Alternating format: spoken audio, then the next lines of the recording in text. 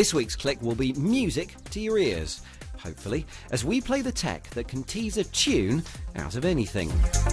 We're in Boston to meet the hackers trying to create music suited to everyone's taste. And we meet the man who made it his mission to digitise a real classic. All that plus the latest tech news and something fresh in Webscape. Welcome to Click, I'm Spencer Kelly. This week's programme has a musical motif, so I've decided to come to the home of the proms, the Royal Albert Hall. Since the hall first opened in 1871, a wide variety of different acts has graced its stage, from classical orchestras to exponents of electronica. Excuse the rehearsals, but I do have a show to put on tonight. The Albert Hall doesn't just play host to musicians and performers though. In the coming weeks, a digital classroom will open to the public here, which aims to explore and teach more about the links between music, technology and science. And it's in here.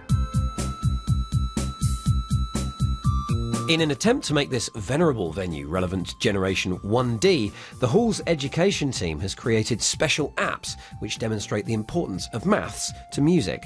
Within the tablets themselves, the kids will be able to use an application that we've created where we'll get them to tap in or using their pens music notes, and then from there they will create fractions, and from the fractions they will create their beats. And then at the end of that we're then able to have them record those beats and that sound with a brilliant piece of music that they can take home with them. So the satisfaction of doing that and creating music digitally, yeah, I think they should be pretty impressed. Tablets, one way to inspire the new generation of maestros that might one day take to this stage. And in fact, technology is now being used to help them to collaborate on all sorts of bizarre compositions. The hackathon. The concept is simple. Stick a bunch of geeks in a room with plenty of pizza, caffeine and a whole load of kit and wait 24 hours and see if they can cook up something interesting.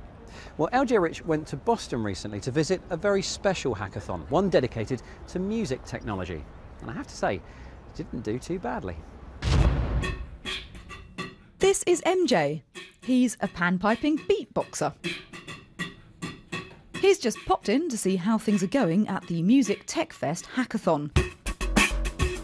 Yes, it's the convention that brings together the most creative and eccentric tech music people on the planet.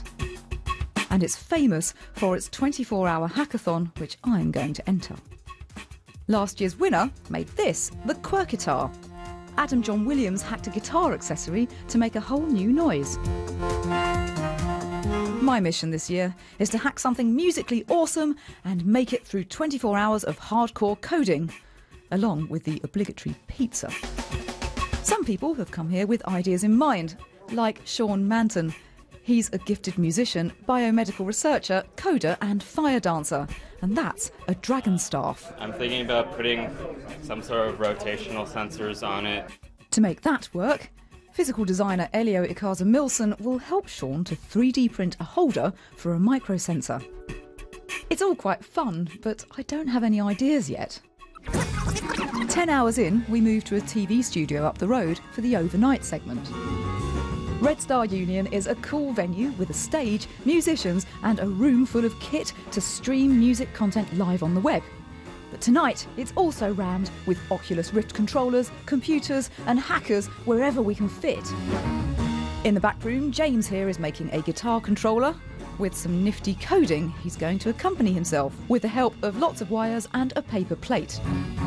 James is using a program called Max MSP, which is used a lot in media applications. By now, it's way past our bedtime, so to keep our energy up, we decide to take to the stage for some very loud brainstorming.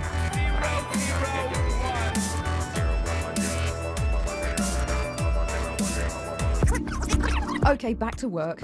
One of my stage cohorts was CJ Carr. He's a hacker specialising in machine-generated music and music therapy. CJ's working on what he's calling a hexadeciphus, a 16-legged music controller made from a playable painting. I want this to be my instrument. It's about 4 AM, so I compose some music for the hexadeciphus. It's in 17/4 because it has 16 legs and a head. It's fun collaborating. If you come to the festival and you collide with another wonderful mind who have been researching something very different from you, you two may find synergies and something magical may happen. Meanwhile, the 3D printers are printing Sean and Elio's microsensor holder, and CJ's been covering everything in sight with conductive paint and crocodile clips. He's using a makey controller to connect the conductive paint segments to a computer. I'm trying to work out whether staying up all night is kind of lowering barriers to creativity or just making us crazy. I kind of think it might be both. Finally, inspiration struck over breakfast when I said a donut tasted of D major. For the first time in my life, people heard that and thought data set. So they asked me a few more questions and we ate a few more donuts. Yeah, I totally get that. Yeah. You see, I have synesthesia where my senses are mixed together a bit. One of the connections is that I hear music when I eat things. Yes, really.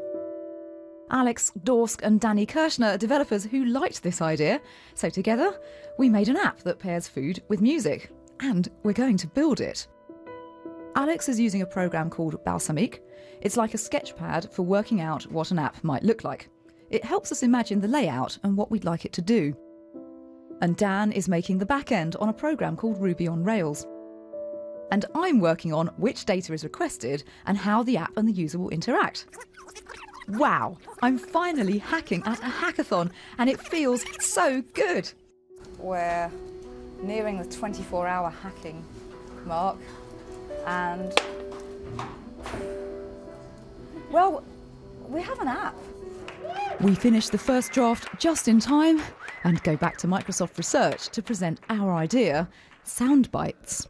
3, 2, 1, eat.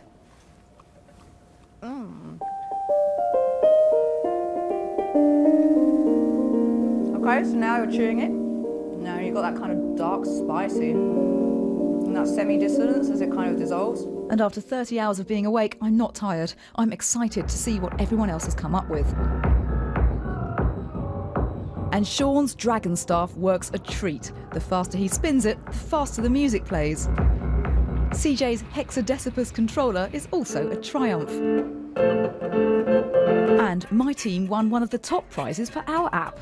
We're continuing to work on it together, making me a fully fledged music hacker. So watch this space.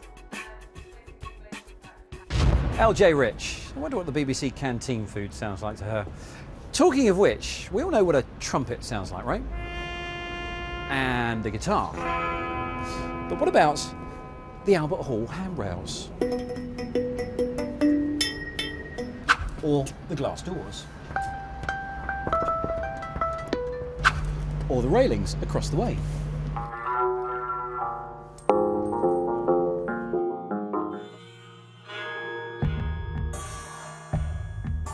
It's called Moji, and the dongle here can be attached to pretty much any surface. Furniture, trees, kitchenware. As long as it's not too solid and can vibrate just a little bit, the Moji will detect those vibrations and the accompanying app will turn them into sounds, so the whole world can become your orchestra. Designer and ex-drummer Bruno Zamborlin has even added a mode for those who are less musically minded, which will play a predefined tune as you tap out the rhythm. But because I'm not the best drummer in the world, in fact I'm not even the best drummer in this shot, we thought we'd let Bruno play us all the way to this week's tech news.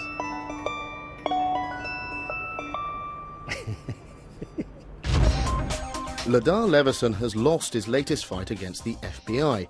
The founder of encrypted email provider LavaBit, used by Edward Snowden, was appealing a ruling that said he'd refused to hand over encryption keys to his site. Leveson told Click earlier this year that by handing over the keys, it would grant the government access to its 400,000-strong users. Mt. Gox, once the world's biggest Bitcoin exchange, has been placed into administration by a Japanese court. The exchange announced in February that hackers had stolen hundreds of thousands of bitcoins, worth around £300 million.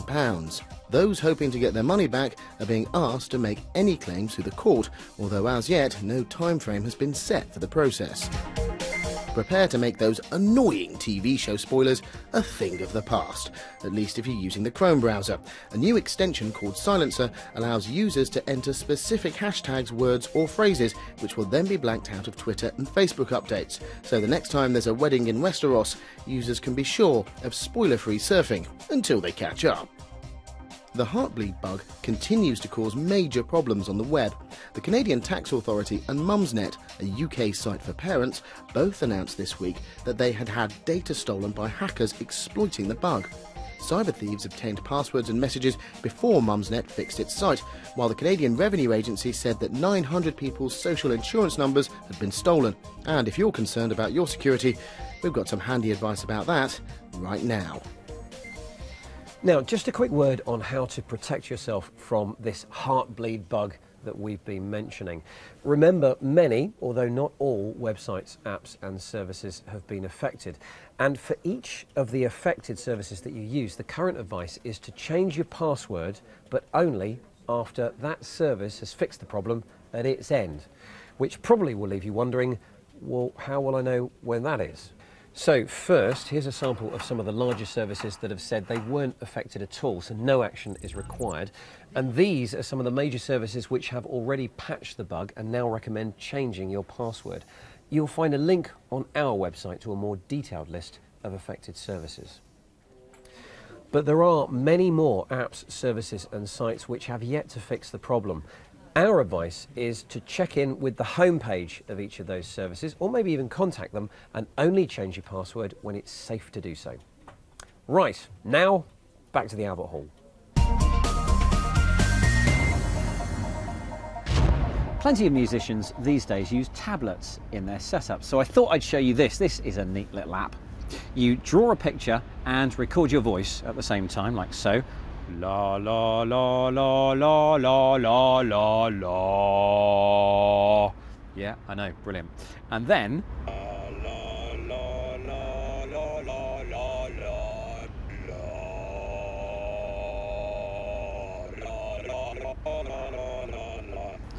so, yeah, I'm sure we can all see the point of that. Anyway, LJ Rich is back now, getting to grips with some more equipment that makes use of the human voice. If you've always dreamt of mastering the violin but could never get your head around learning how to play, there may be hope for you yet. Imitone is a piece of software that translates voice into musical notes. So you can toot like a trumpet or bow like a bass simply by singing. Imitone is to allow for musical amateurs and beginners to have a way to get ideas that they have out of their head without needing the dexterity to play. Sounds great, but to put it to the test, we invited 4 singers from a range of genres to take part in an improvised live performance in none other than the BBC's Live Lounge. Punk Princess Kelly, hardcore screamer Joe, folk artist Elle, and death metal rocker Alex. I decided to join in as my operatic alter ego, Madame Eleonora Gennaro. With the mics and the headsets connected to Evan's laptop, and Imitone fired up, Feels good. let the dreamlike vocal harmony commence.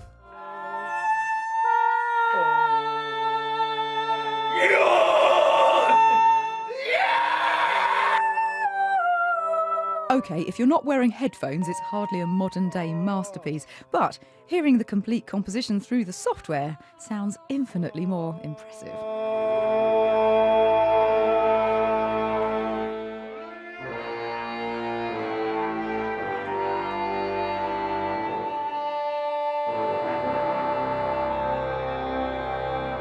The magic of Imitone is that it works by using a microphone as a MIDI input, and a specially engineered algorithm identifies the pitch at super speed and assigns a note to your voice.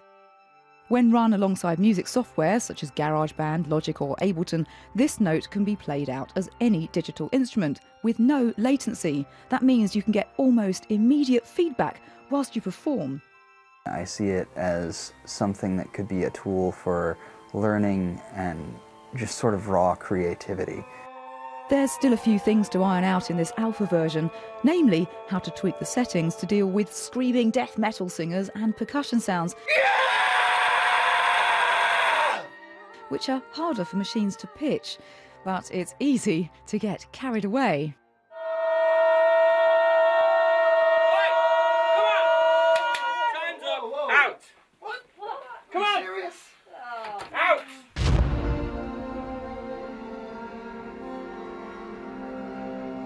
Even the rehearsals are pretty mind-blowing, let me tell you.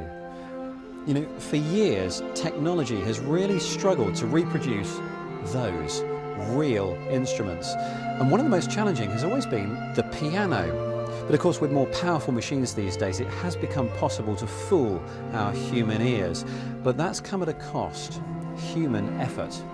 From Boston, Joe Iarardi explains his musical journey.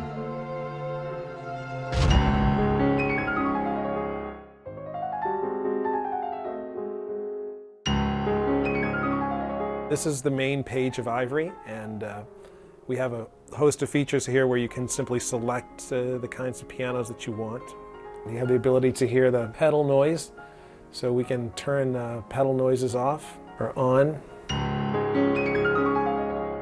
But the sound quality is another level beyond conventional digital keyboards because we take advantage of the faster processor speed and the larger amounts of memory and larger sample sizes and all that sort of thing. I had worked for a hardware synthesizer manufacturer for almost 20 years. So I made these digital keyboards and digital pianos, as did my partner in crime, George Taylor, software guy. So we had made these instruments for years, but we were constrained by the limitations that the instruments had for memory. You really didn't have a lot of memory. One instrument I did for them, which was very successful, had a 1 megabyte piano. So now our latest piano is 49 gigabytes. It basically goes like this. Play a note.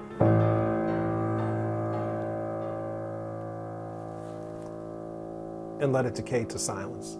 And there's no talking like I'm doing now. There's no moving. There's no breathing.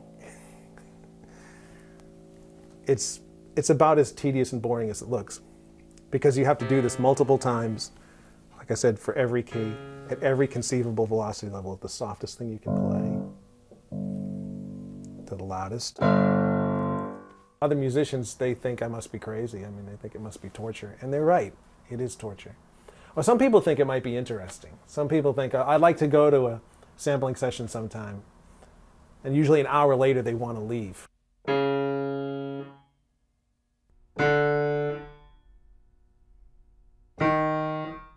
I'm willing to say maybe we can never quite completely replicate the experience of sitting behind the physical instrument, but this physical instrument will never be able to do what Ivory can do, which is to give you 9 different pianos at your fingertips.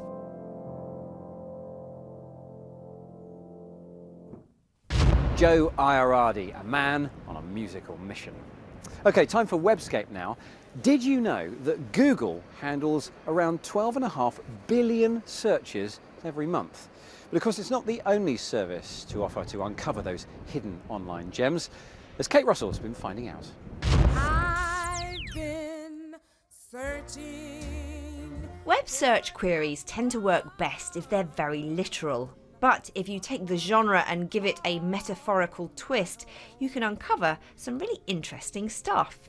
Yosarian lives as an experimental search tool that lets you look for images metaphorically, moving a slider to define the conceptual distance from your original query term that the result should be. By clicking the book, you can save the result and add your interpretation of the metaphor. I know that I'll find happiness. There is no disputing Google's utter dominance in the search sector. It handled over 2 trillion search queries last year, and over 1 billion people use it to search for content every month. Now, you will get a lot of results if you query Google, but perhaps not the most interesting results. I've been searching. Another alternative search tool is Blipex, which instead of ranking results with an algorithm no one understands, mainly because it's a closely guarded secret at Google, it's powered by data collected about real people's browsing habits and behaviour.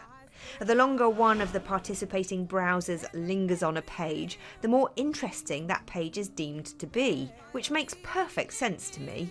You can contribute by installing the browser extension that anonymously tracks your page views. I've been searching. From a different kind of search to a different kind of gaming experience, and one that takes me back to the good old days when gameplay was king over special effects and graphical acrobatics. The demo levels of Thomas Was Alone can be downloaded free for Mac and PC, and the full game is also available on PlayStation 3 and Vita. As the water began to rise, Claire vowed to save this little rectangle in as many restarts as it took. The curious thing about this game is how attached you can get to a bunch of geometric shapes. No faces, limbs or fashion accessories, just blocks of colour. But they all have their own personalities. In a world where the graphical bells and whistles have become such a big part of gaming, it makes a refreshing change. The action is brilliantly narrated by Danny Wallace, bringing the whole package together with a slick and professional finish despite the minimalist styling. Chocoholics will be looking forward to Easter this weekend. EasterEggTrail.com has loads of print-out and play-at-home activity ideas to entertain the kids and burn off some of the excess calories. If you're in the UK, it'll also guide you to one of 250 National Trust organised event days, where you'll find egg hunts, face painting and fun activities for all. You're sweet like chocolate bar. That's Webscape, and Kate's links are available at our website as usual, bbc.co.uk/click, along with, amongst other things, a link to our sister programme on BBC World Service Radio, also called Click. And just as this musical number draws to a close, I thought I'd show you a website for anyone who has a song they love so much they never want it to end. Choose a track from the list or upload your own, and the Infinite Jukebox will analyse it, looking for points where the song could be looped or jumped onto different parts of itself.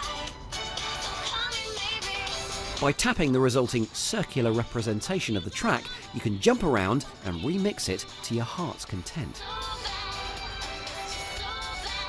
And maybe best of all, as it approaches the end, it jumps seamlessly to a much earlier part, so that the song goes on forever. Music to my ears. Well, someone's ears anyway, I expect. Anyway, that is it now. If we've inspired you to take up a musical instrument, please do. Or if you just fancy tweeting, we live at BBC Click. But thanks for watching, and we'll see you next time.